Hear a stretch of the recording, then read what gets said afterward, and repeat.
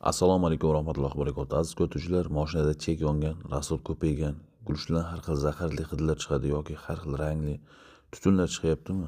Olimmaslar aloqaga chiqinglar. Bunaqa holatlarda akalar katalizatorlar erib ketgan bo'ladi. Mana shu Captiva katalizatorimiz 3 motorli katalizator ko'ryapsizlarmi? Yarmidan ko'p yo'q. Bular уже surog o'tgan, ko'ryapsizlarmi qanaqa xrupkay bo'lib qolgan.